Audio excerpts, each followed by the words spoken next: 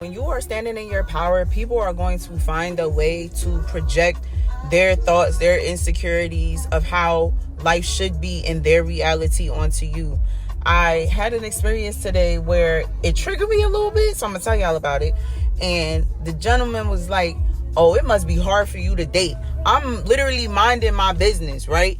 It must be hard for you to date. I'm like, what do you mean? I think I said, what do you mean, like 3 times. And he almost was like, never mind. And I was like, explain yourself, basically.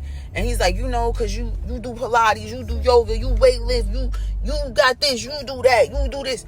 That is a man that's competing with you. Why are you sizing me up? And then furthermore, I was like, right, proximity.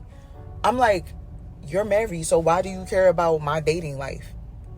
And then why would you assume that I'm single? Like, that's the multiple things. People assuming that a woman is single who stands in her power.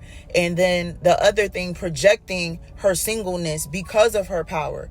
I'm sorry that sovereign women are not for mortal men. Actually, I'm not sorry, right? Sorry, not sorry. A divine masculine is meant to align with a divine feminine. And a divine feminine doesn't base her value on whether she is single or partnered. Because divine feminine knows that she's in her utmost power in her singleness.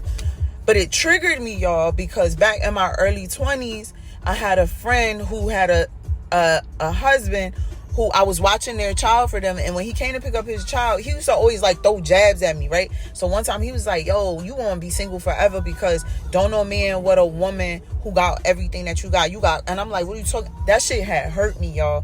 You got cars, you got this, you got money, you got that.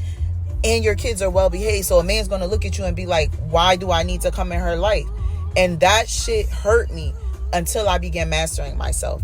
And it really became like, oh, if I can do this on my own, why would I put myself in a subservient position when I can own my time, my power, my energy, my emotions? And that shifted things for me. So I remember when I met my mentor and I was like, all this time, I didn't even realize that I was practicing self-mastery. I was just trying to do my best because I wanted to be my best and I wanted to be the best for my daughters. And so it looked like, okay, if a guy doesn't want me because I'm leveling up in life, then that's not the guy for me. But too many people, right? Males are male-centered and relationship-centered.